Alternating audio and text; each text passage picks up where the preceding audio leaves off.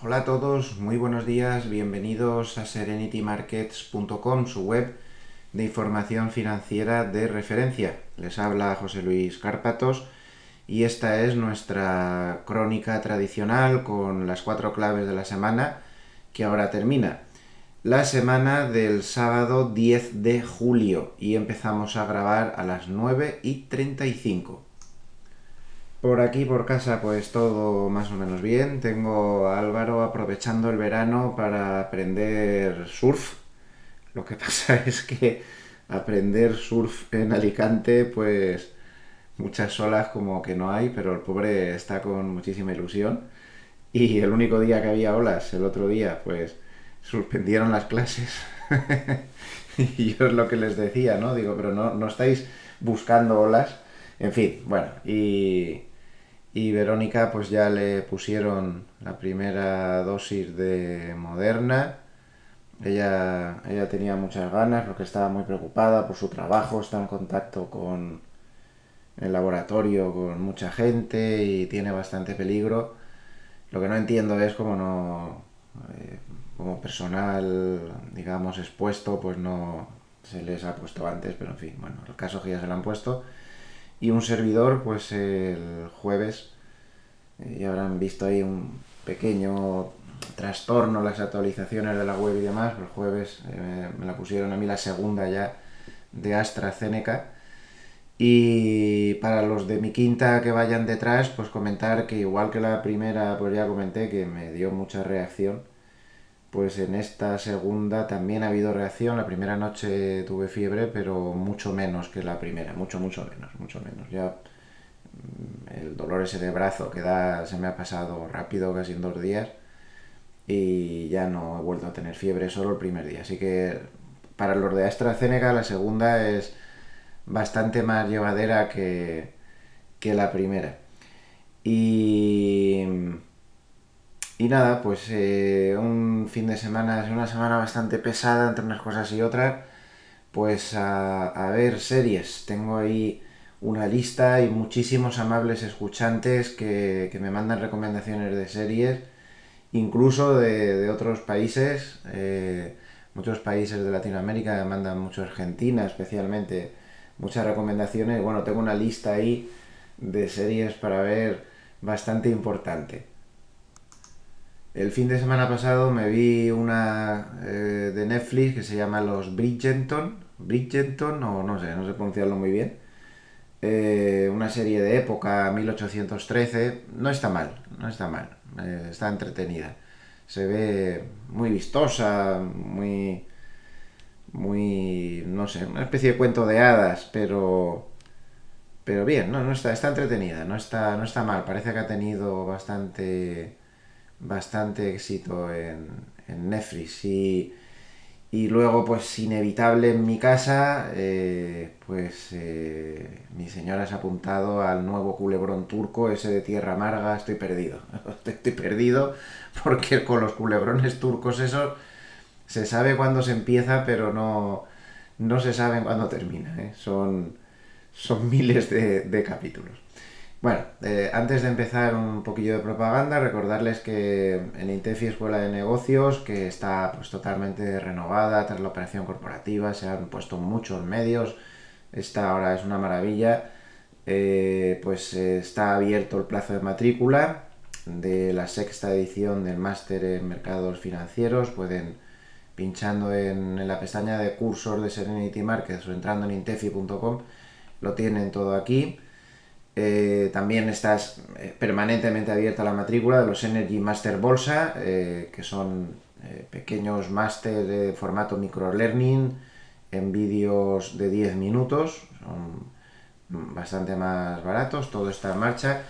Y respecto a la sexta edición del máster en mercados financieros, pues ahí tienen todos los datos, una edición muy potente. Intefi es una escuela de negocios seria, pertenece a la Asociación Española de Escuelas de Negocios, a la Asociación Europea de Escuelas de Enseñanza.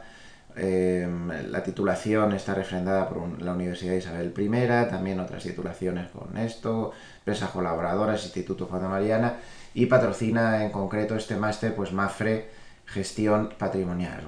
Ahora mismo hay una campaña, pueden preguntar, consultar a Intefi qué es lo que hay que hacer, pero hay una campaña donde se va a sortear, me han comentado desde Intefi, un descuento muy fuerte para 10 máster de universitarios de la sexta edición.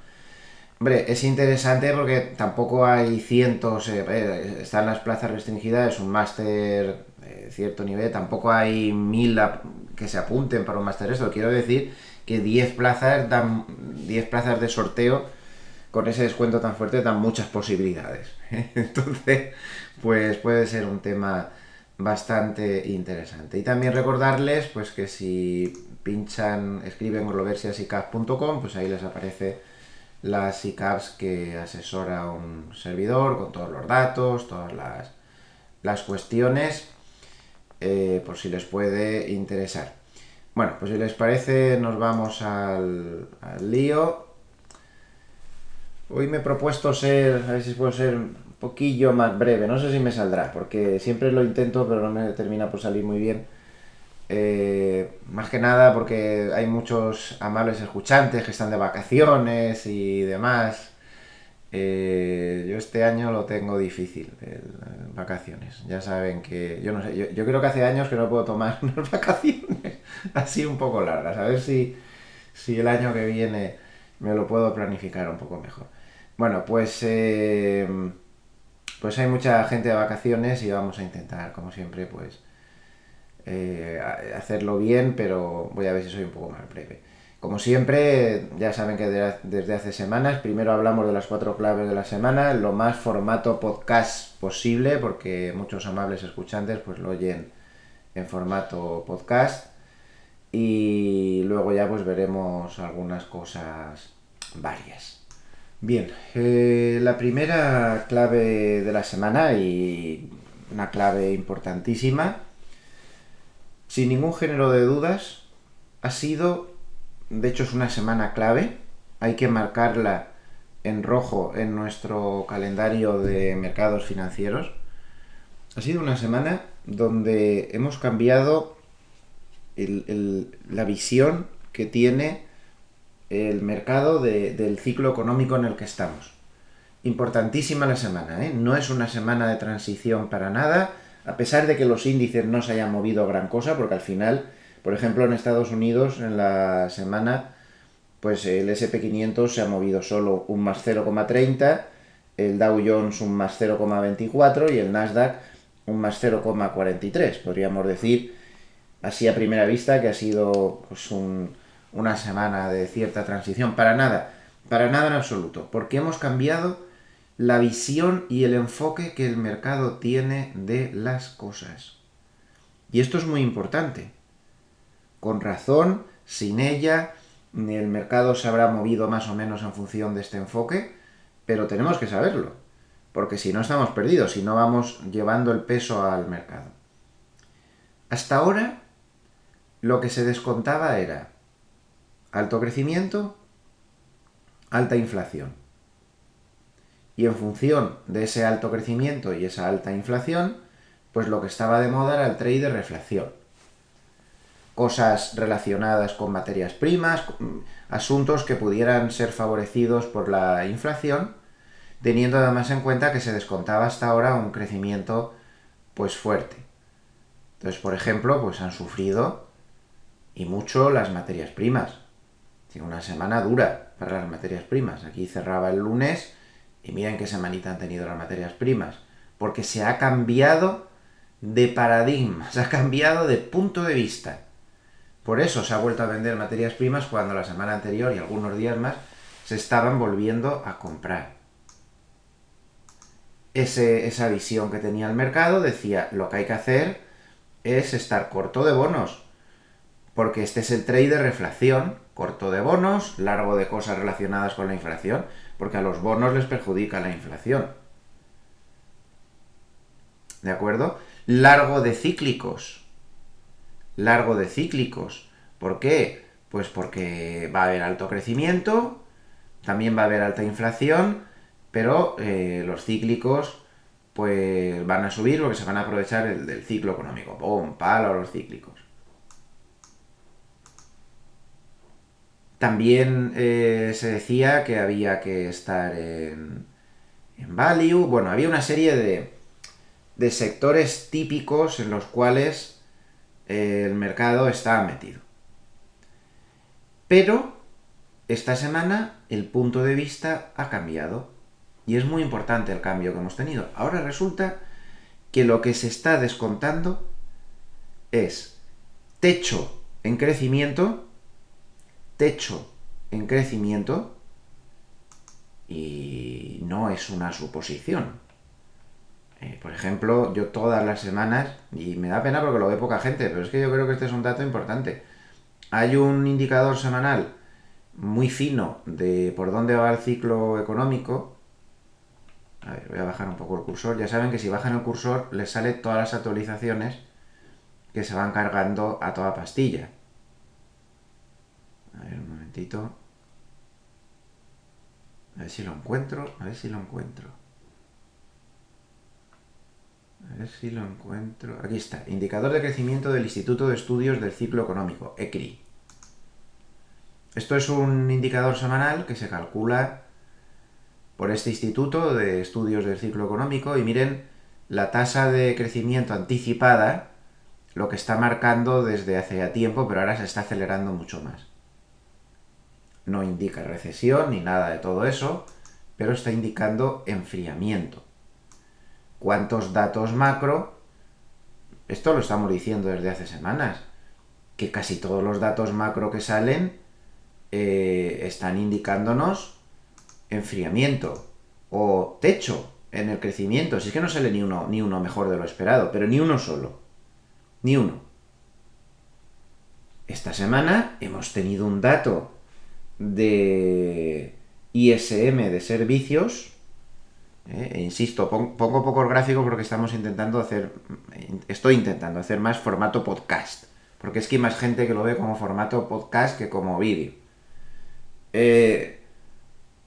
Hemos tenido un ISM de servicios mucho peor de lo esperado y no olvidemos que el ISM de servicios, bueno, que servicios es el 80% de Estados Unidos, la manufactura y sectores primarios y demás, podemos estar hablando del 20, 20 y tantos por ciento y al final servicios es el 80%.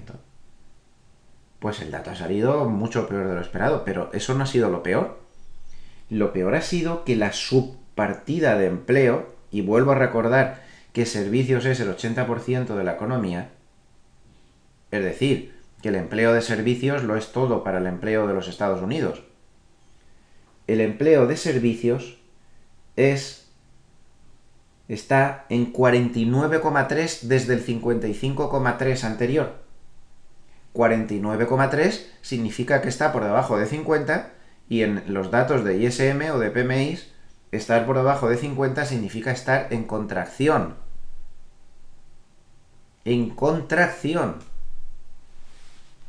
Ojo con eso.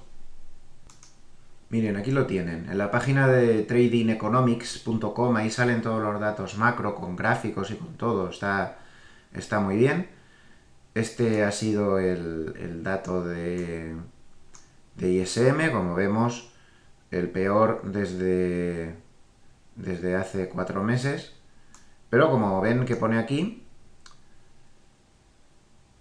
el empleo contratado 49,3 desde el 55,3 anterior. Esto es demoledor. Este dato fue un shock para el mercado. Porque claro, tanta historia, tanto tapering, tanta subida de tipos de interés y tanta historia que estaba contando la Reserva Federal, y ahora te encuentras con que la subpartida de empleo del conjunto de la economía prácticamente de Estados Unidos se ha ido a contracción. Sí, vale, que si es que la gente prefiere cobrar el paro y trabajar, que si no sé qué, que si no sé cuántas y todo lo que queramos. Pero esa partida en 49,3, eso es muy inquietante.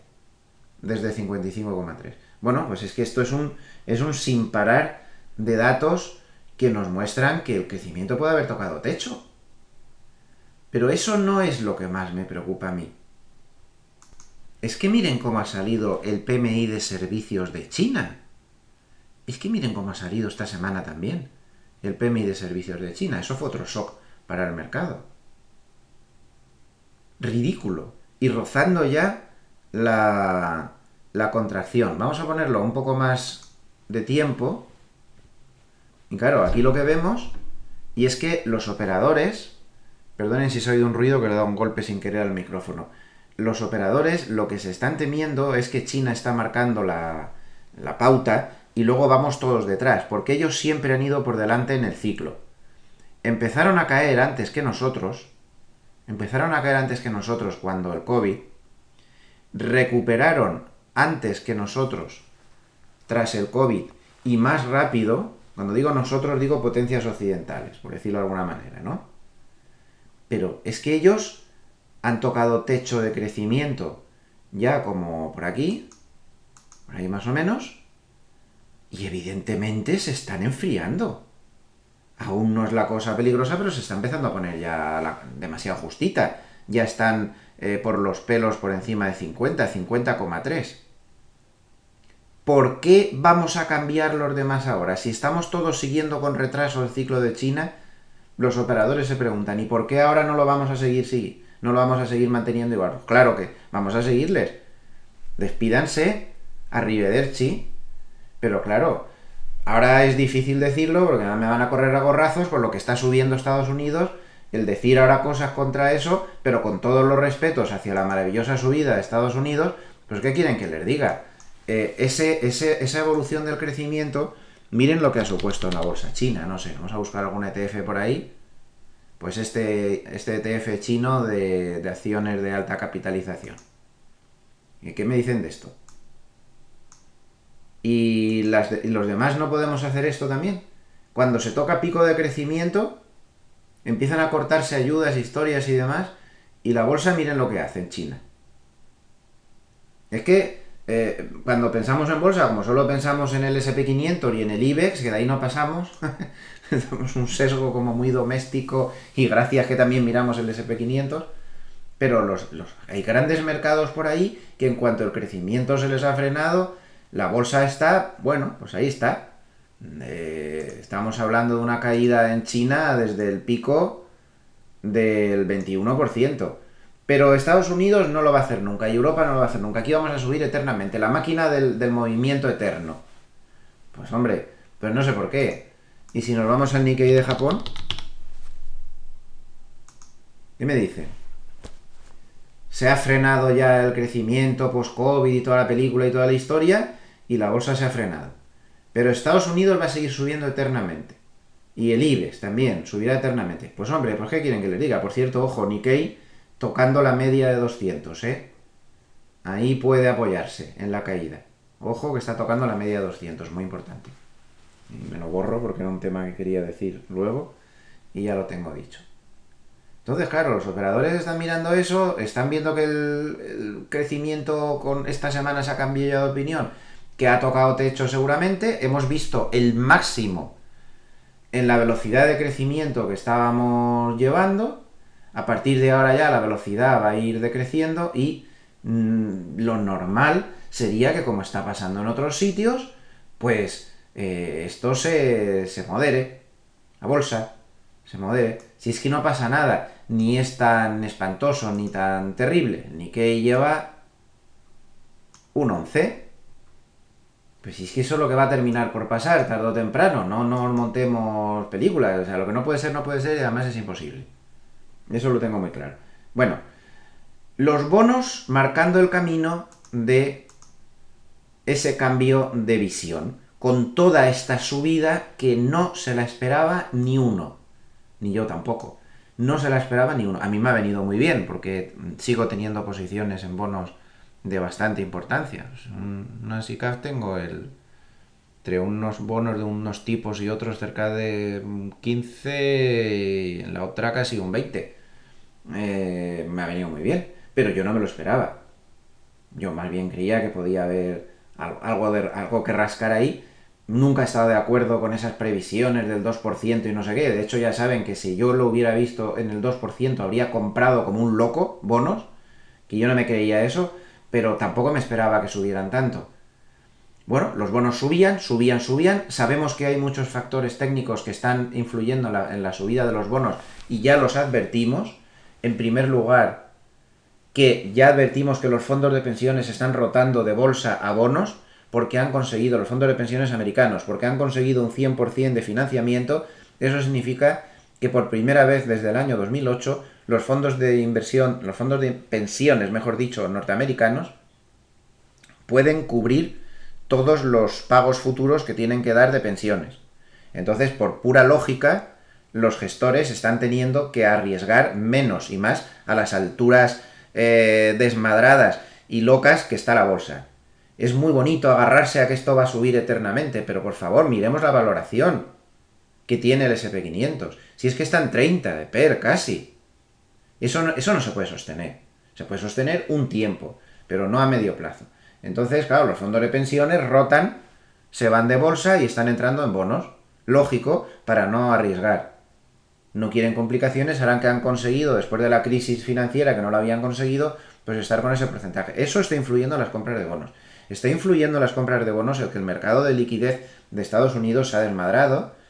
Hay un exceso de liquidez en el sistema tremendo, ya lo hemos hablado. Los repos inversos cada día están con cantidades astronómicas. Hace unos días se llegó a una cantidad diaria de repos inversos de cerca de 1 billón con B, 1 billón de los nuestros, no de los de ellos, que sería 1 trillón, 1 billón de dólares en un solo día, y las cifras diarias normales no bajan de los 700.000 millones. Hay un exceso de liquidez tremendo y los bancos están comprando bonos también. Además, pues se llegaron a rentabilidades que para lo que está, es que eso no lo olvidemos, para los tipos de interés que hay actualmente y demás, pues se llegó a rentabilidades del 1,7, cosas estas, a 10 años, los de 30 años más del 2%, pues que para algunos estaban bien. También compras de bonos. Ha habido muchas compras de bonos por motivos técnicos, pero ha llegado ya un momento que las compras son tan intensas que los operadores ya han dejado de pensar que todo eso era por cuestiones técnicas y piensan que además de por cuestiones técnicas, el mercado de bonos está mandando un mensaje muy claro, que es que hemos tocado techo de crecimiento.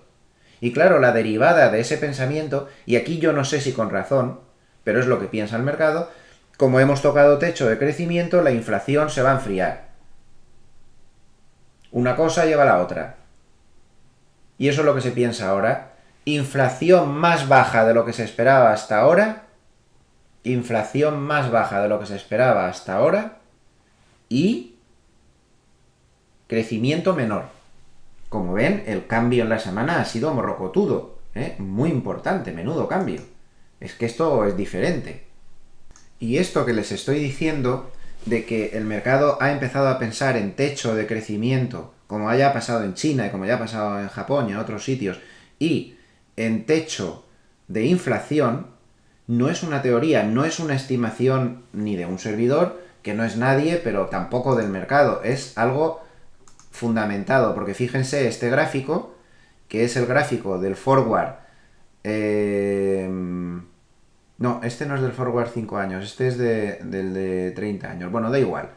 No es el forward además, esto es las expectaciones implícitas en las tasas break-even del bono americano a 30 años. Bueno, es otra forma de medirlo. Pero me da lo mismo, vale igual. Es un indicador para medir las expectativas de inflación reales, medidas realmente. Y miren cómo estas expectativas de inflación están cayendo, especialmente en los últimos días, es que se han desplomado.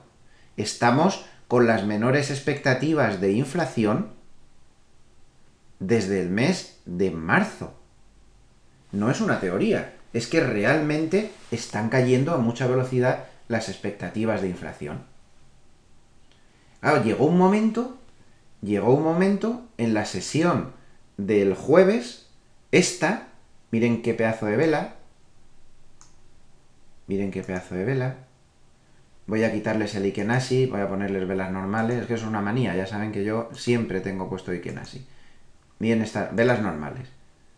Con esta vela, el mercado ya dijo, madre mía, aquí hay algo... Bueno, ya lo estaban pensando aquí, aquí y aquí, en los 3 días consecutivos, con estas 3 velas. El mercado está diciendo algo más. El mercado nos está diciendo que ha cambiado de forma de visión. Y es que además de que estaban disparados los bonos, esto ha llevado a una rentabilidad del 1,22, 23, por aquí arriba, 1,22, 1,23, cuando todos los bancos de inversión nos estaban diciendo que iba a estar a estas alturas en el 2%.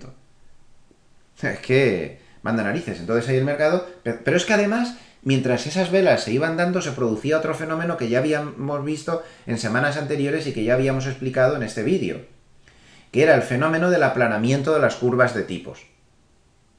El aplanamiento de las curvas de tipos. Se han vuelto a aplanar más aún. Y el mensaje, como ya explicamos, voy a ser breve porque esto ya lo hemos comentado en estos vídeos, como ya explicamos en otros vídeos, cuando las curvas de tipo se aplanan, el mensaje que mandan los bonos a la Reserva Federal es: señores, no se enteran ustedes de nada, estamos aplanando las curvas de tipos porque el tipo neutral de la economía, es decir, el tipo perfecto en el que la economía va bien, es muy bajo, caballeros. Con lo cual ustedes no tienen capacidad alguna de subir los tipos de interés. Ese es el mensaje que manda el mercado. Y bueno, y de ahí, pues todo lo que ha pasado durante la semana. ¿Qué pasa? Que el mercado se asustó porque dijo: estamos cambiando la forma de ver las cosas, los bonos están subiendo más de la cuenta. Algunos pensaban también que a lo mejor los bonos estaban subiendo más de la cuenta no solo porque estaban descontando techo de crecimiento y techo de inflación, sino también porque estaban actuando como valor refugio porque la mano fuerte se estaba mosqueando. Eso es lo que se pensaba. La mano fuerte realmente está en estado de mosqueo perpetuo. Vamos a ver el índice Skew de coberturas de riesgo de cola de las manos fuertes. Riesgo de cola ya saben que es el riesgo de caídas brutales, 20-30%. Bueno, pues ahora ha bajado un poco, según vemos aquí en este gráfico de Investing, pero si lo ponemos en gráfico de semanas, como vemos, sigue en zona de máximos históricos. Según un gráfico de meses, desde el año 2012, aunque ahora ha bajado un poquito, seguimos en zona de máximos históricos. Es decir, la mano fuerte no se cree nada de nadie y está cubierta hasta las trancas. Está cubierta hasta las trancas. Esto, y a mí me asombra que no lo comente nadie, esto es un factor positivo para el mercado. ¿De verdad? Es un factor positivo porque al estar con un grado de coberturas tan grande, a la mano fuerte, cuando se dan caídas como la del jueves, no se asustan, porque están cubiertos. Entonces ellos no aceleran las ventas. El peligro es cuando se produce una caída con la cobertura muy baja, con la guardia bajada. Eso sí que es muy peligroso. Como pasó más o menos por aquí. Eso sí que es muy peligroso. O como pasó pues en el crash, el nivel de cobertura era muy bajo, estaba por aquí, bueno, muy bajo no, pero era intermedio, no había mucha cobertura. Ahí le pilló la mano fuerte con la guardia bajada. Entonces, al estar todos tan cubiertos, cuando se producen bajadas como las del jueves, pues no achuchan en las ventas. Porque si ellos están cubiertos, ¿qué más les da? Las coberturas les están dando valor en ese momento. Esto es importante tenerlo en cuenta. Bien, creo que ya hemos explicado qué ha pasado, ¿no? Y el cambio de paradigma y cómo ya otras economías están haciendo estas cosas y todo esto. Pero yo ahora me hago una pregunta. El mercado se asustó cuando esto llegó ya a donde llegó y los bonos subían tanto. Se estaba deshaciendo el trade de reflación. Eso es cierto. Se vendieron materias primas intensamente, ¿sabes? Pero eran rotaciones de un sitio al otro. Y el jueves cayó todo. Y ayer subió todo. No está muy claro por qué. Se le echó la culpa, pues a que, y es verdad, a que el mercado pues tiene una forma de comportarse desde hace muchos meses. Creo que eso ya lo tenemos todos claro y lo hemos hablado muchas veces, que a la más mínima bajada pues el mercado enseguida reacciona al alza, le entra dinero, y estamos muchísimo tiempo sin correcciones prácticamente porque enseguida entra dinero. Bueno, eso es lo normal, estamos más que acostumbrados, ¿no?, a esa forma de comportarse que tiene últimamente. Pero yo la pregunta que me hago, y aún no tengo clara la respuesta, estoy en proceso de reflexión, Lo dejo ahí abierto y cada uno pues que haga su propia reflexión y sus propias conclusiones. Pero yo me pregunto, ¿de verdad la nueva línea de pensamiento del mercado es mala para las bolsas? Piensen un poco. Si ahora lo que se descuenta es techo de crecimiento, si al mercado lo que le gusta es que los bancos centrales le estén dando cariño, si hay techo de crecimiento, ¿no? No puede darse el caso de que la Reserva Federal levante el pie del acelerador al ver esto. Pues claro que puede ser. Claro que puede ser. Y que empiecen a retrasar taperings y cosas en historia. Eso sería estupendo para el mercado. Y luego la segunda parte de la ecuación que se está descontando. Que la inflación efectivamente sí va a ser transitoria y que está tocando techo. ¿Eso es malo para la bolsa? No. Es malo para determinados trades de reflación y demás que se pueden deshacer, rotaciones y demás, pero bajadas del mercado por esto en concreto, por esta nueva línea de pensamiento, yo no lo tengo tan claro. Es que ambas partes de la ecuación son buenas, entre comillas, para las bolsas. Más cariño de bancos centrales y el crecimiento puede haber tocado techo, o más retraso en las medidas peligrosas y menor inflación, pues menos sustos también, ¿no? No lo sé, es que ya se lo, en fin, ya se lo digo, no tengo una respuesta clara porque es que he empezado a pensar esto ayer, pero no paro de pensarlo. Seguiremos meditando y seguiremos leyendo papers, historias y opiniones de otras personas a ver si conseguimos llegar a algún tipo de conclusión. Ojo, que no estoy diciendo que la bolsa vaya a seguir subiendo eternamente, todo lo contrario, a mí me parece que a medio plazo hemos firmado aquí ya que esto hasta aquí ha llegado en un determinado momento. Ahora lo hablaremos, eso lo hablaremos después. Simplemente estoy diciendo que en la nueva visión que tiene el mercado de las cosas, no termino de ver que sea negativo para las bolsas, francamente. Vamos a ver, vamos a seguir pensando y vamos a seguir dándole vueltas un poco a las cosas. Bien, y ahora voy a comentar otra cosa que es importantísima y que a mí me da esta pena porque es muy romántico, como decía ayer en, no sé si fue en el vídeo de cierre o en el análisis de Wall Street que hago a las 10 de la noche, es muy romántico hablar ayer de las cazas de gangas, del FOMO, el miedo a perderse la subida, el no sé qué, que el mercado se ha rehecho porque entiende que no sé qué, que no sé cuánta. Miren, ¿saben mi opinión de por qué se subió ayer de esa manera?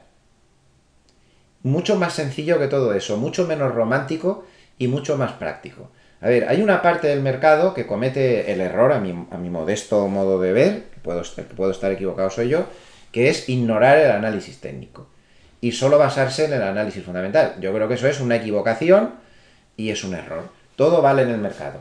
Cualquier cosa que funciona hay que tenerla ahí. Entonces, pues bueno, pues yo sé que hay grandes gestores que si les pones un gráfico delante les sale sarpullido. Bueno, pues allá ellos, pero yo creo que es una equivocación. Porque lo que originó la subida de ayer de las bolsas no fue ningún aspecto romántico fundamental del mercado. Fue algo tan simple y tan burdo y tan aburrido como este gráfico. Aquí los que estén en podcast, acabo de poner el gráfico del futuro del bono americano en 10 años, donde se ve que el día anterior el futuro había chocado con algo tan aburrido como chocar contra la media de 200. ¿Cuántas veces no hemos dicho que pasar un nivel así a la primera es prácticamente misión imposible? Bueno, pues el futuro del bono americano a 10 años no consigue pasar la media de 200 al alza desde noviembre del 2020. Lo intentó un montón de veces entre noviembre del 2020 y diciembre del 2020 y no pudo con ella. Y ahora, por primera vez desde diciembre del 2020, desde las navidades pasadas, por primera vez ha vuelto a estamparse con ella. Claro, ¿qué ha pasado? Chocó contra la media de 200 y lo empapelaron. Olvídense de teorías románticas de la subida de ayer. El proceso fue el siguiente. El bono americano 10 años, que es el que manda, el que pesa y el que sigue todo el mundo, llega por primera vez desde las navidades pasadas a la media de 200. Con lo cual, los que han acertado el movimiento empiezan a tomar beneficios. Y los que les han pulido pero bien con los cortos que abrieron, vuelven a intentar abrir cortos a ver si esta vez les sale bien. Total, que papelón apoteósico, como es lógico y normal por análisis técnico, cada vez que se llega a un nivel de esta importancia,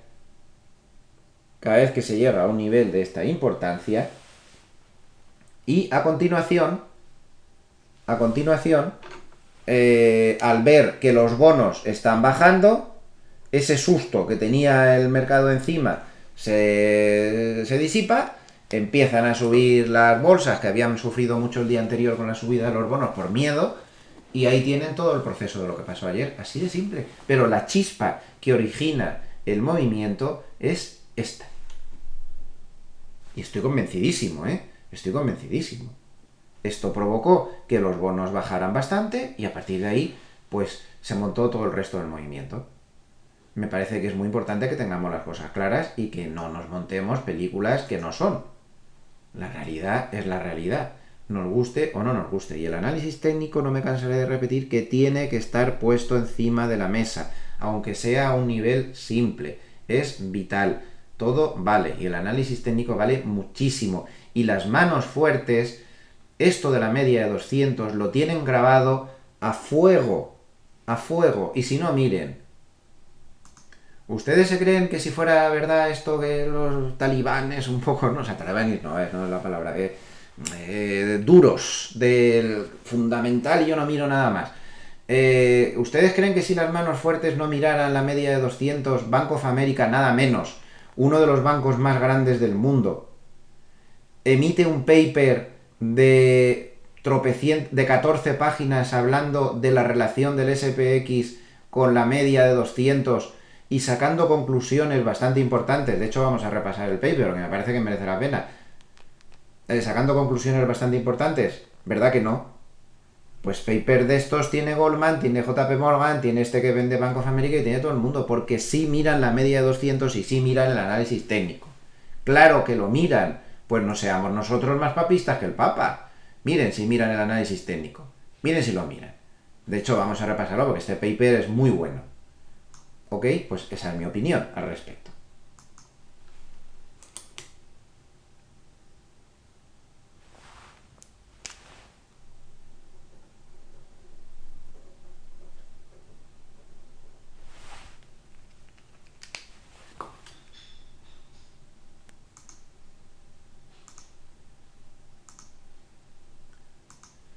Bueno, sigamos. Me parece que no le daba pausa mientras estaba trasteando por ahí con toda la documentación que tengo preparada. Ya me disculparán porque igual ha estado... No, es que no estoy seguro. Igual ha estado ahí unos segundos que estaba yo trasteando entre los papers y la web y todas las historias y no estaba hablando. Bueno, si es así les pido disculpas porque no estoy muy seguro. Bien, pasemos a la clave número 2 de la semana. La clave número 2 de la semana es el virus. Vuelve el virus. Vuelve el virus. Hasta ahora, bueno, el virus no se ha ido nunca, desgraciadamente para todos. El virus siempre ha estado ahí.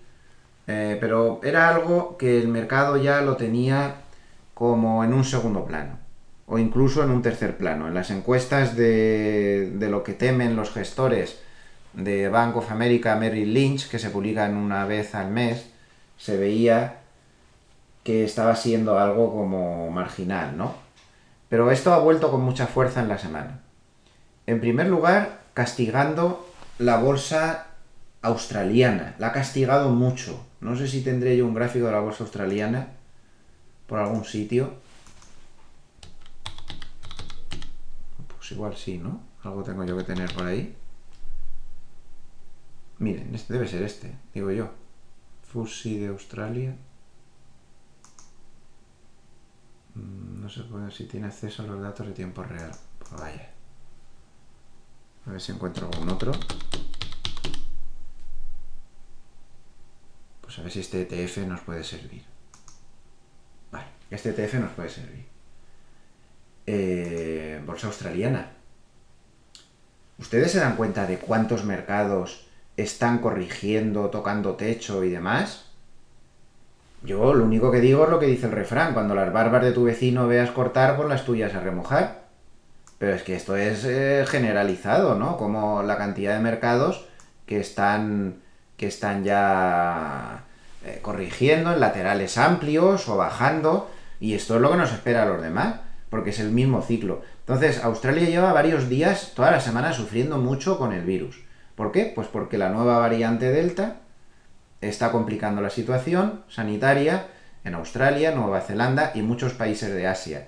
En China y en Japón también se ha bajado esta semana por el virus. Ya no es una teoría, digo lo mismo de antes.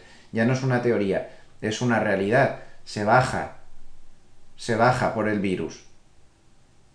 Se está bajando por el virus. Se teme que haya otra vez restricciones y se teme que el ciclo económico, que ya de por sí se está empezando a descontar, que está un poquito ya tocando techo, pues que esta nueva variante Delta pues pueda complicar las cosas. Y ya el jueves se vio que también el virus estaba afectando, sobre todo en Europa, en Estados Unidos algo menos, pero también. Y además pasó algo que hacía mucho tiempo que no pasaba, y es que dos miembros de la Reserva Federal, me parece que fueron Bostic y Daly, me parece recordar. Daly seguro que lo dijo porque la vi yo el día que lo dijo, y Bostic creo que fue la segunda persona que lo dijo.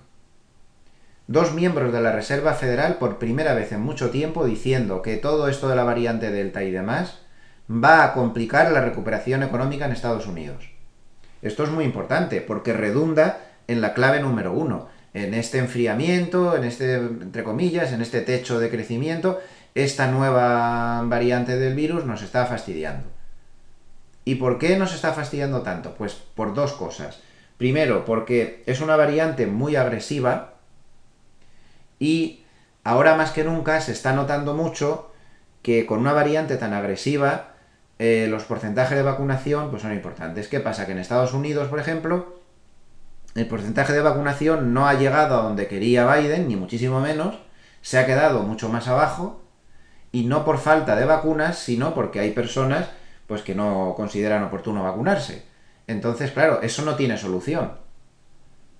Lo de la falta de vacunas, pues es cuestión de poner vacunas, pero es que ahora que hay vacunas suficientes se ve que completar los porcentajes de vacunación que se habían pensado, al menos en Estados Unidos, aquí en Europa, pues no lo sé, parece que podría llegarse más arriba, puede que haya otra mentalidad, no lo sé, pero desde luego en Estados Unidos no.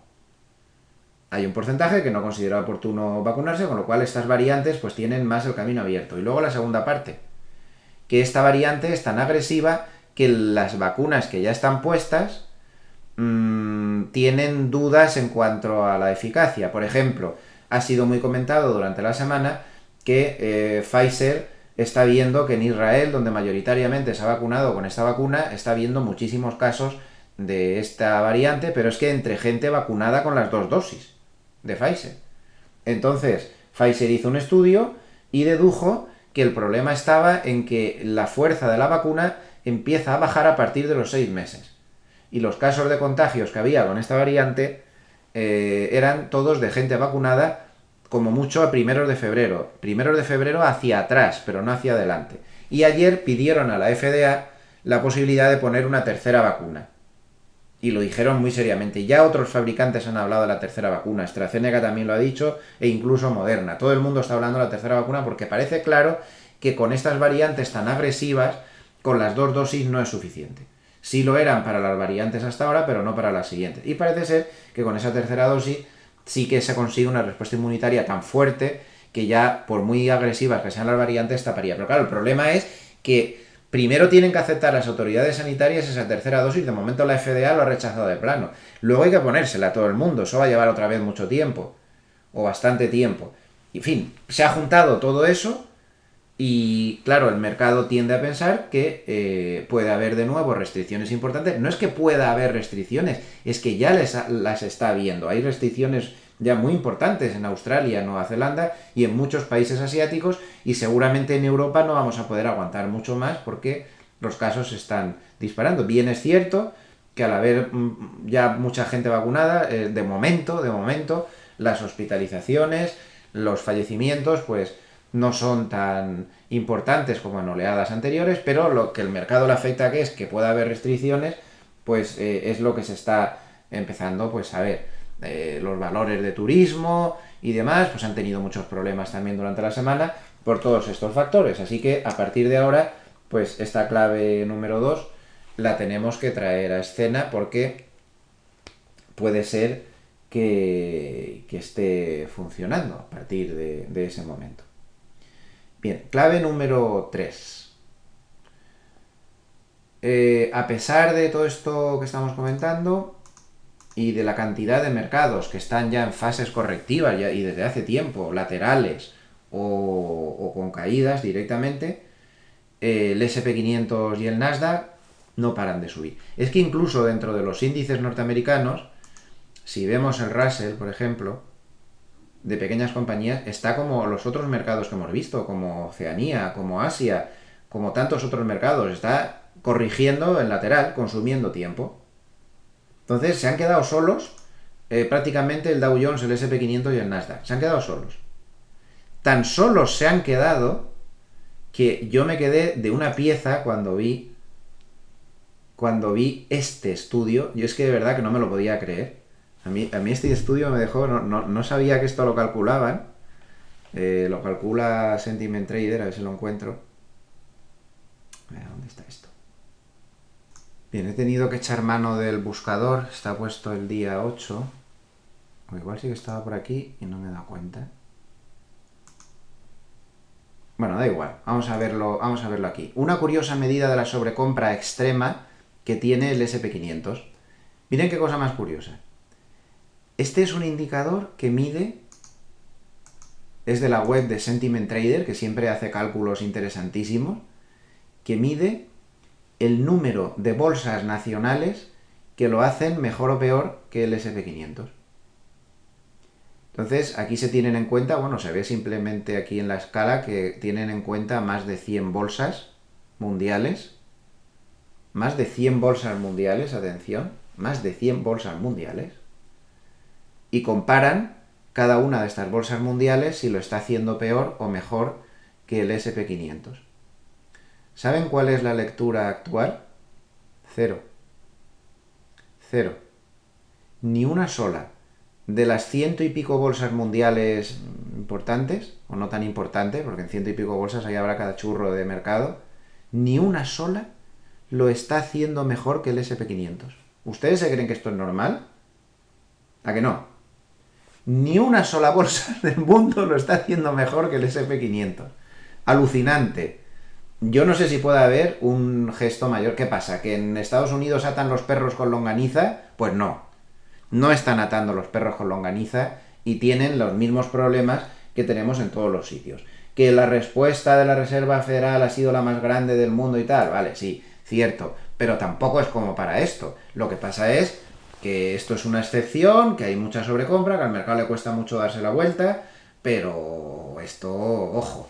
Claro, históricamente, cuando llega a estos niveles de cero, que no es la primera vez que llega, lo ha hecho en otras ocasiones, Sentiment Trader ha calculado qué pasa después.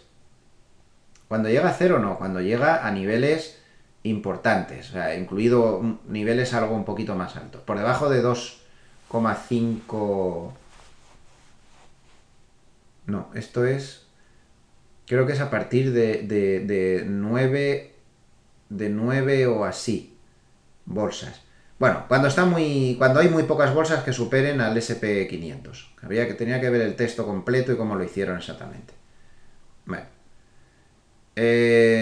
Esto es un promedio, ¿eh? Tengan en cuenta que esto es un promedio de 21 días. Está bien calculado. Para suavizar un poco la volatilidad que puede tener comparar tantas bolsas con el SP500. Bien, al cabo de una semana, el 64% de las ocasiones sigue subiendo el SP500. Lleva mucha inercia, está muy fuerte. Al cabo de 2 semanas tampoco se nota el efecto. El 55% de las veces sigue subiendo. La inercia es la inercia. Pero ya al cabo de un mes, esa sobrecompra tan grande que tiene hace que solo el 36% de las ocasiones el SP500 esté subiendo. Y al cabo de 2 meses causa que solo el 27% de las ocasiones el SP500 esté subiendo y además tiene una media de bajada del 3,9%.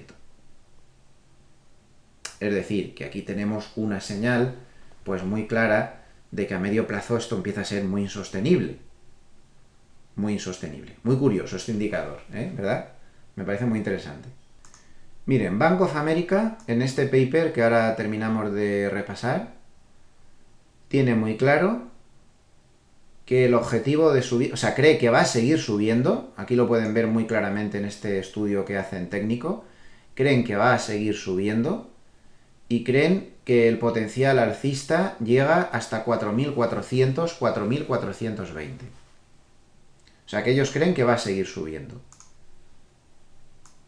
Y es muy posible que efectivamente sea así. A ver, es que tengo tanta cosa por aquí abierta.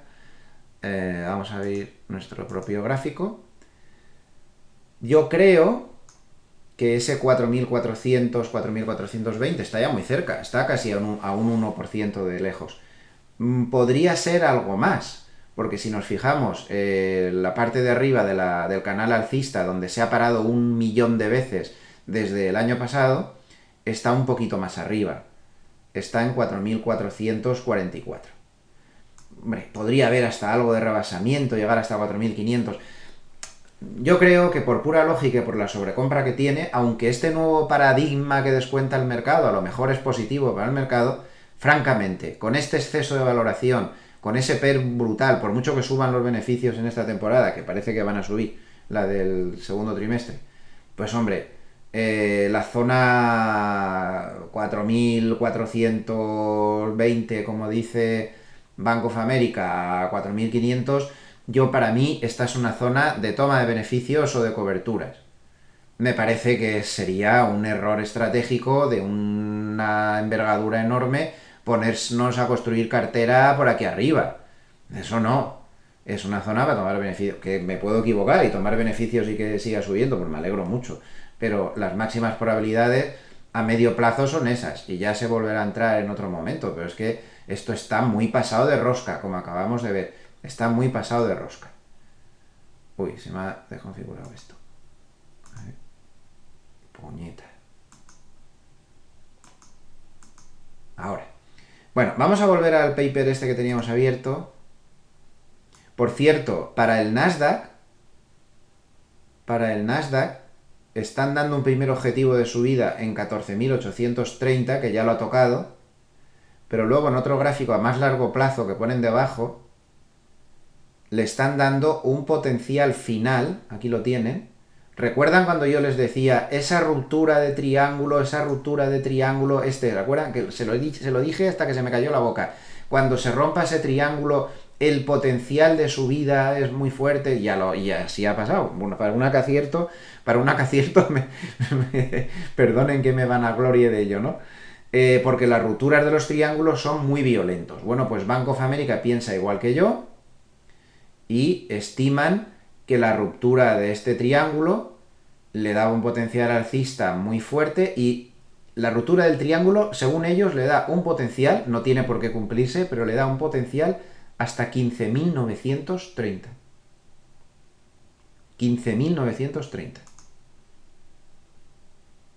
De potencial. No tiene por qué hacerlo, pero hasta 15.930, hasta aquí. Fíjense. ¿Vale? De momento ya ha llegado a su primer objetivo secundario. Este puede ser que lo cumpla, puede que no. Pero como poder puede llegar ahí. Y luego ya, seguramente, en esos niveles podríamos estar viendo un techo de medio o largo plazo, seguramente. Esto tiene su... Claro, lo que pasa es que hasta ahora reforzaba mucho la tesis de este techo el hecho de que iba al taper indirecto, las subidas de tipos, y ahora ya no está tan claro de que eso vaya a ser así.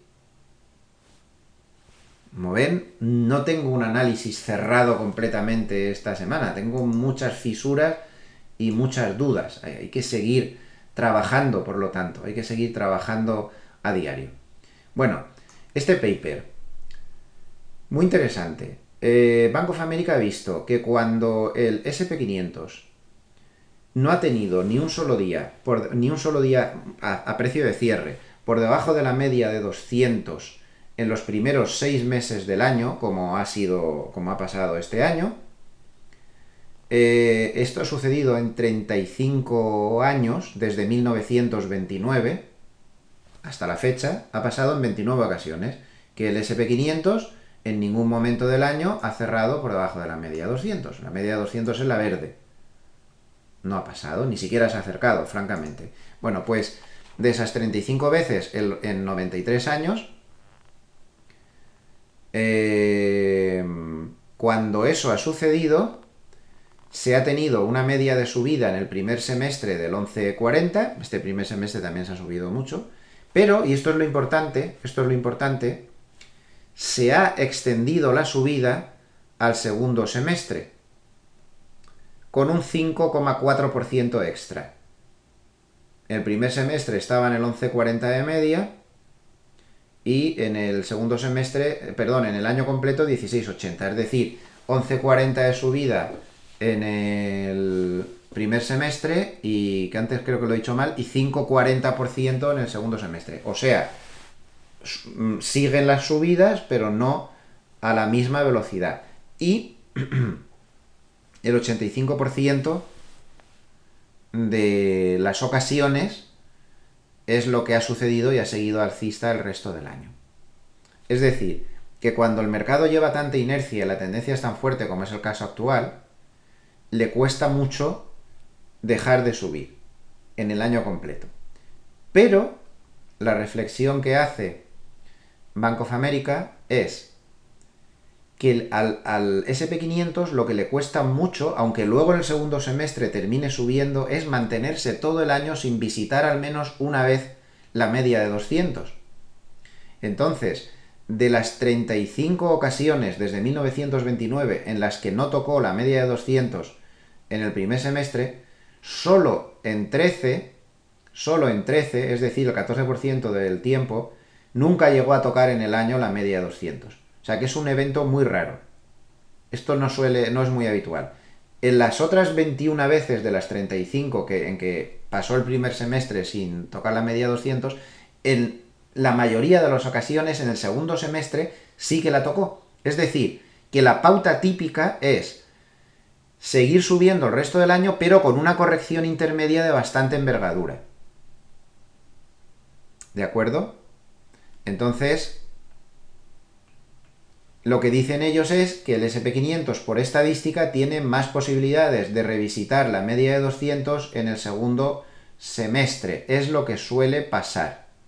Con unos drawdown medios que tiene en esa visita de entre el 6,9 y el 10,6% de promedio en la caída en la que se visita a esta media de 200, para luego darse la vuelta y seguir subiendo. Entonces, Bank of America lo que propone es la posibilidad de que veamos a lo largo del segundo semestre una caída.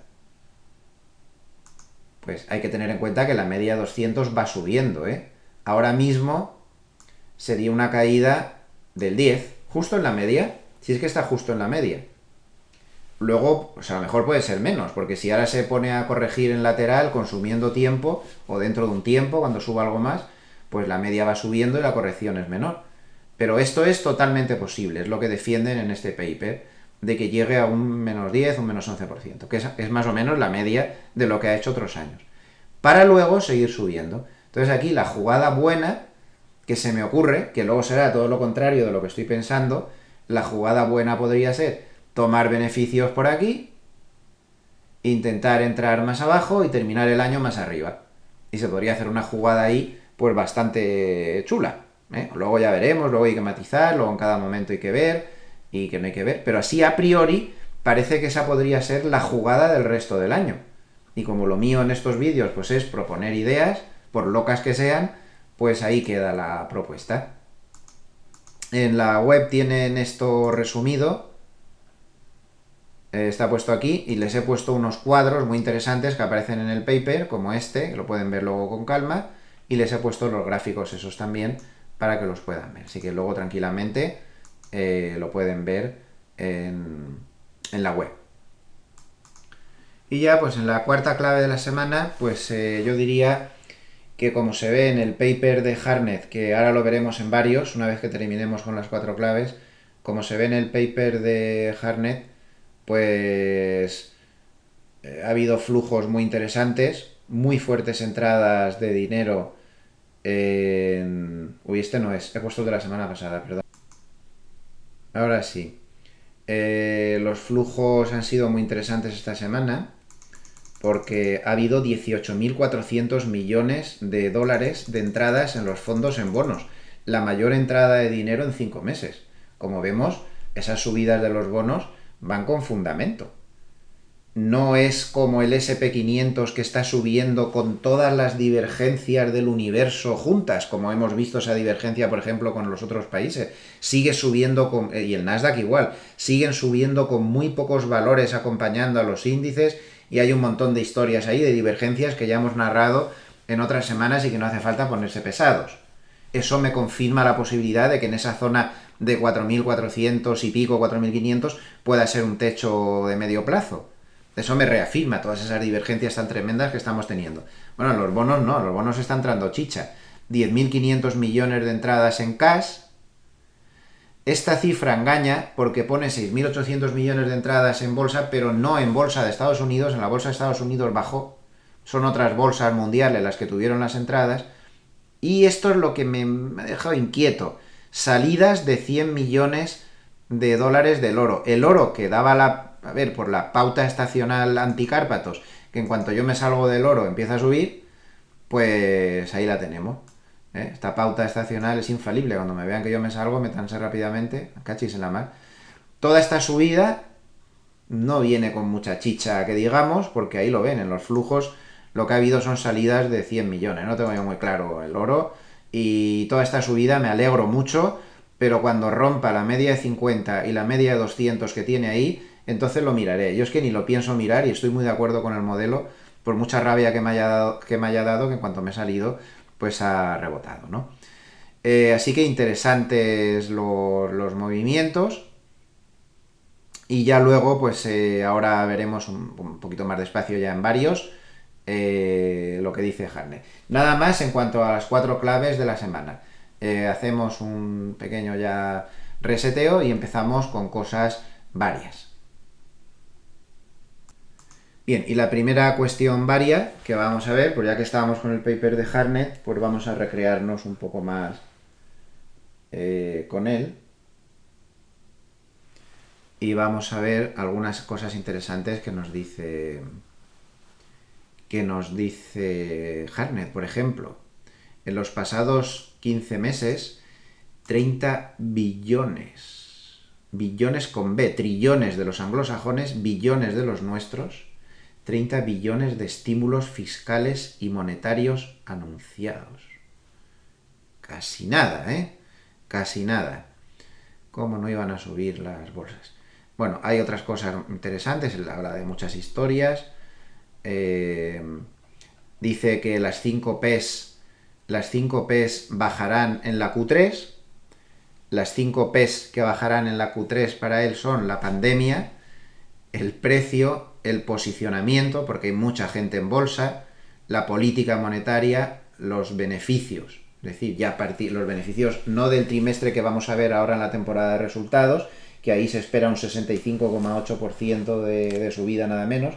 Él se refiere a los beneficios del tercer trimestre que se leerán pues en octubre. Todo eso para abajo.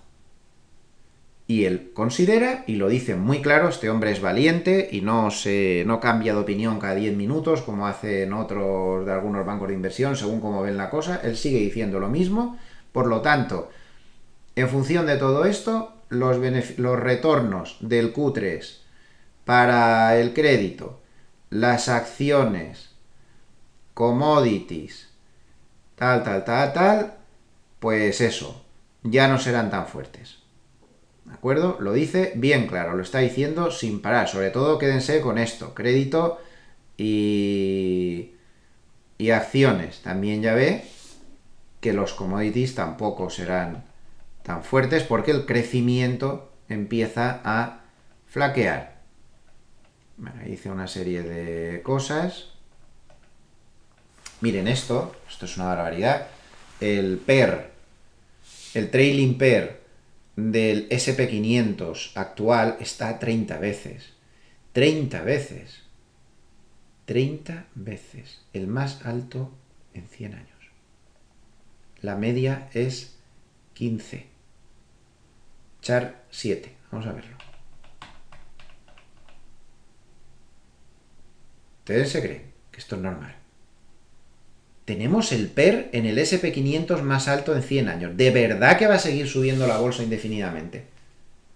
Pero hombre, hay que tener un poquillo... Claro, hay mucha gente que dice, no, te estás equivocando porque los beneficios van a subir tanto que serán los beneficios los que lo corrijan. Matemáticamente eso no es posible. Ya tienen que subir los beneficios. Y eso no va a ser así. Los beneficios están subiendo ahora por la recuperación del COVID y tal, pero eso se va a terminar. Quédense, por favor, con este gráfico, que es uno de los gráficos más importantes de este vídeo. Los que lo están viendo en podcast, se ve un gráfico desde 1901, donde se ve esa modalidad de cálculo del PER, que sería el trailing PER, desde 1901, y se ve que hubo un pico en la zona de 25 en 1921, que hubo otro pico muy cercano al actual, muy cercano, en junio del 99, y luego ya saben lo que pasó, y ahora mismo está en 29,8, es decir, el PER más alto de los últimos 100 años. Lo vuelvo a repetir, el gráfico más importante, de todo el vídeo. Pero bueno, ¿esto de verdad es sostenible? No, no lo es. No lo es. La media está aquí, ¿eh? La media está aquí abajo, en 14,9. Y Hartnett, pues nos hace ver que tengamos un poco de sentido común. Esta no es una zona para construir cartera. Esto es una barbaridad. Esto es una zona para andar especulando por aquí, por allá, moviéndose, rebalanceando y bueno, y buscándote la vida. Pero no para eso. ¿De acuerdo? Entonces, me parece que esto lo tenemos que tener en cuenta. Y muy en cuenta. Luego dice, pues la P de política monetaria, pues los bancos centrales han estado comprando 10.000 millones de dólares de bonos cada día, y esto pues hace una serie de reflexiones de que se va a terminar. Luego habla de los beneficios, ya habla de cómo China está ralentizándose, cómo hay muchos datos que muestran que los PMIs y los beneficios pues están tocando techos, cómo los modelos predicen, los modelos de su propio banco predicen ya una bajada de los beneficios importante. Bueno, pues ahí reflexiona un poco sobre eso. Aquí habla una serie de catalizadores alcistas que, bueno, pues están empezando a flaquear. Y en fin, como aquí en la página ya he puesto, lo tienen aquí traducidos a un par de párrafos interesantes, en la actualización del indicador Bullenberg, que por cierto ha quedado en 6,4, igual que la semana anterior, aquí lo tienen, no se ha movido. Bueno, pues aquí tienen un par de párrafos traducidos y me ahorro el estar aquí haciendo un esfuerzo.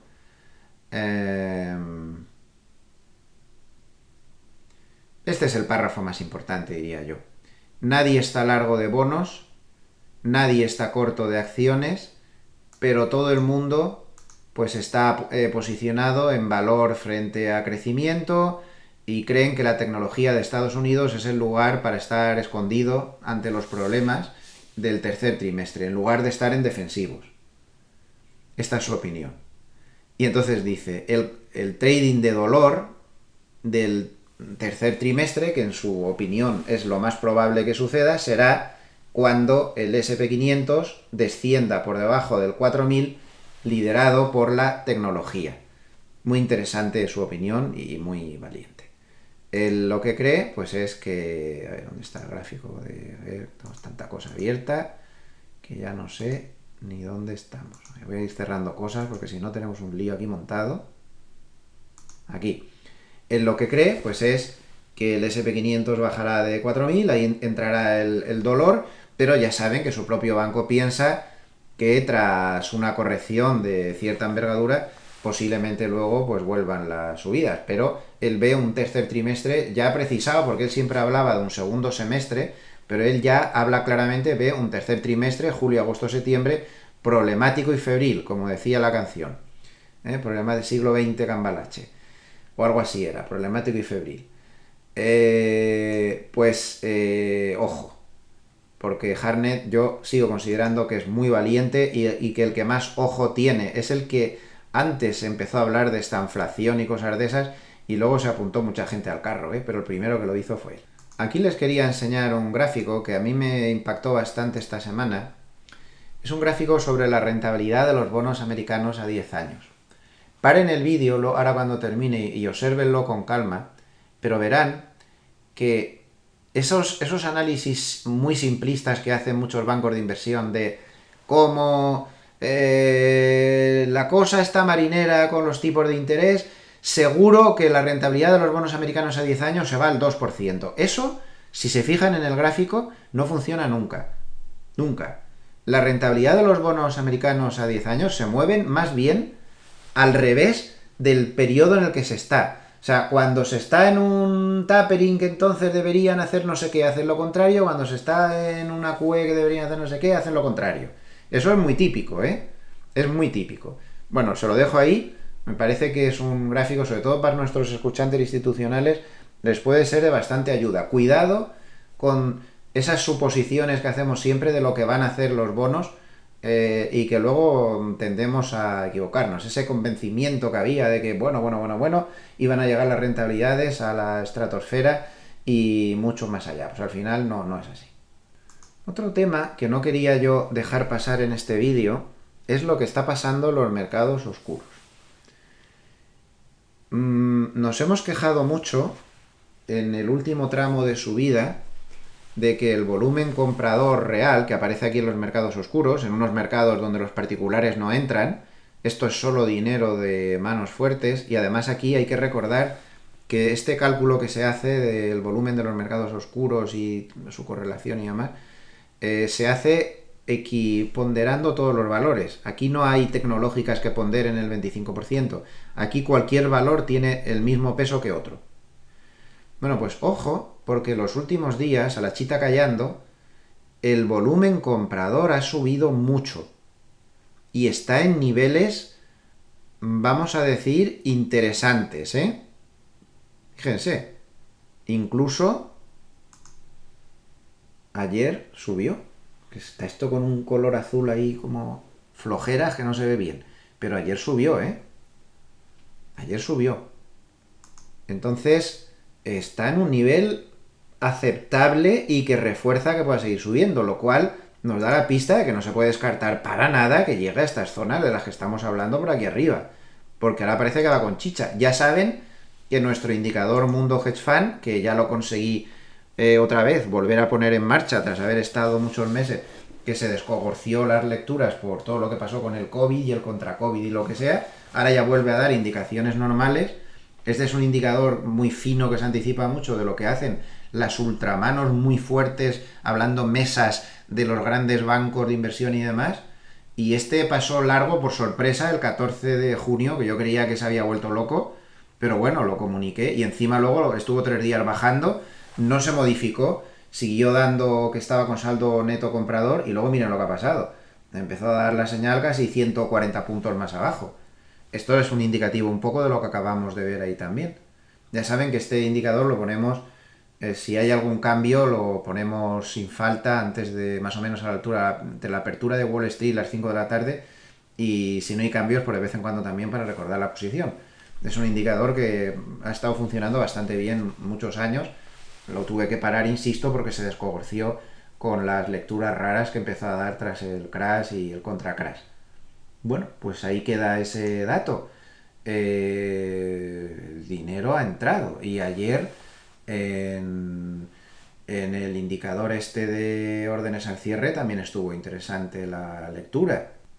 Aquí la tenemos, 2.000 millones a la compra y 270 millones a la venta, ¿eh? Y si miramos la media de 20 días, que es en lo que se basa mucha gente para ver cómo está la cosa, también está positiva. Vamos a verla, porque creo que tengo un gráfico por ahí. Sí, aquí está. Este es un gráfico del día 7. Ahí lo tienen. Y como ven, la media de 20 días está en territorio comprador y no da señales de debilidad. Y esto suele funcionar bastante bien. Ya saben que es un indicador que a mí me gusta bastante. No es tanto reflejo de lo que hace el SP500. Este refleja más los índices amplios y donde están todos ponderados por igual, como el Value Line Geometric o cosas así.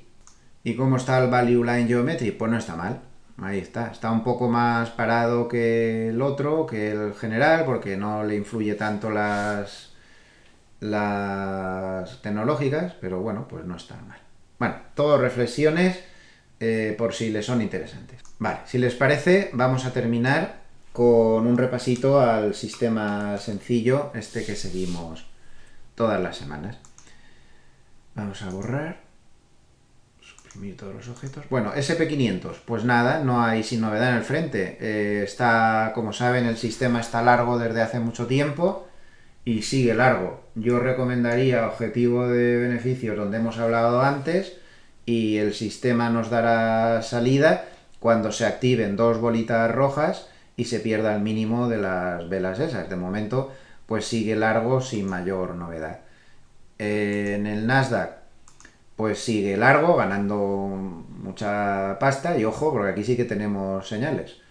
Sigue largo, ganando muchísimo, lleva mucho tiempo dando compra, pero ojo porque han aparecido dos bolitas rojas. Con la volatilidad de estos días se han activado dos bolitas rojas, con lo cual el cierre y toma de beneficios del sistema estaría pues dando un poco de filtro por debajo de este mínimo de aquí. Si antes de que salte ese mínimo de ahí con filtro, pues hay que darle un filtro amplio, ¿eh? No se puede ser aquí muy rácano. No sé, por lo menos está en 14.528 el mínimo, pues por debajo de 14.500, por lo menos. Si antes de que eso suceda, pues se volviera a activar otra bolita verde, es decir, que se anulara este conjunto de dos bolitas rojas, nada, el sistema sencillo nos diría que sigamos largos. Pero ahora ya habría que ponerle ahí una toma de beneficios por debajo de ese nivel porque se han activado dos bolitas rojas. Seguimos el DAX. El DAX está que se ha activado el cierre. No se ha activado el cierre. Dio las dos primeras bolitas rojas aquí. No, perdón. Dio las dos bolitas rojas aquí, se anuló la señal de venta porque empezaron a aparecer bolitas verdes y esta semana ha dado dos bolitas rojas, con lo cual por debajo también dando algo de filtro de este mínimo nos diría que fuera, que salgamos de ahí. En el euro, perdón, en el IBEX, me lo he saltado. Pues en el IBEX está fuera. Hace ya mucho tiempo que dio dos bolitas rojas y perdió el mínimo, con lo cual está fuera. Qué chungo está el IBEX, comparado con los demás. El peor con mucha diferencia de las bolsas europeas. Ojo con esa media de 100. Si la pierde, mal asunto. Pero ahora mismo está fuera. En el IBEX está fuera completamente. En el euro contra el dólar, pues está fuera también, porque ya hace mucho tiempo que dio dos bolitas rojas y cruzó. Aquí sí que se pueden abrir cortos, pero como ya expliqué, yo no aconsejaría tomar cortos siempre que no los dé por debajo de la media de 200. Aquí el corto lo dio por arriba de la media de 200, luego ya si te pones a que pierda la media de 200 se va demasiado y ya no interesa. Con lo cual aquí yo estaría fuera con este sistema sencillo. Los bonos americanos a 10 años, por ejemplo, pues están dando comprador, pero está por debajo de la media de 200. Recuerden que hay una excepción y es que se pueden tomar posiciones por debajo de la media de 200 siempre que esté lejísimos, ¿no? Pero ahora ya no lo estaría. Y no sé si nos queda alguno. El oro. Esto vale para todo, es lo bueno, ¿no? Una cosa de estas te sirve para cualquier cosa. Este está con bolitas rojas desde hace ya un siglo, con lo cual o corto o fuera. En este sí que se pueden abrir cortos. Y el petróleo, pues lleva mucho tiempo largo, este está ganando muchísimo también. Como ven, aquí cuando hay grandes tendencias, pues parece una chorrada el sistema este, pero es que yo creo que les puede ser útil. Luego les pueden dar matices y perfeccionarlo, darle cosas, pero yo creo que está bastante bien. Bueno, pues dio dos bolitas rojas, esta y esta. Si pierde este mínimo a lo largo de la semana que viene y antes de activar otra bolita verde, pues nos está dando una señal de salir de ahí. Después de que entró por aquí, casi, 65 por ahí. Aquí dio bolitas rojas, pero nunca llegó a perder el mínimo. Y ahora, pues si nos da la salida, pues nos dará $5. Se podría haber puesto objetivos de beneficios con resistencias, con cosas, porque mucha gente me pregunta, pero es que este sistema es demasiado sencillo. Ya, hombre, porque yo lo que pretendo es demostrar que con una cosa muy sencilla también se puede funcionar. Pero esto se puede perfeccionar y decir, pues bueno, yo cuando llegue a esta resistencia que me está marcando el software aquí tan grande, tomo beneficios, pues claro que se puede hacer, ¿no? Eso ya cada uno pues lo puede perfeccionar a su gusto. Bien, pues nada más. Muchísimas gracias a todos por su atención. Espero que pasen un buen fin de semana, que parece que nos va a hacer un poco de demasiado calor, pero bueno, yo esta semana he tenido que andar mucho por ahí. Este fin de semana lo tengo de aire acondicionado y descanso. Bueno, realmente no tengo aire acondicionado porque tengo en este nuevo piso suelo radiante refrescante, que potenciado, que va muy bien. Francamente va muy bien. Es un concepto diferente del aire acondicionado. No se puede poner en todos los sitios, pero yo lo tengo un poco especial y va muy bien. Pues eso, de fresquito y pienso darme un hartón de ver series, o sea, directamente.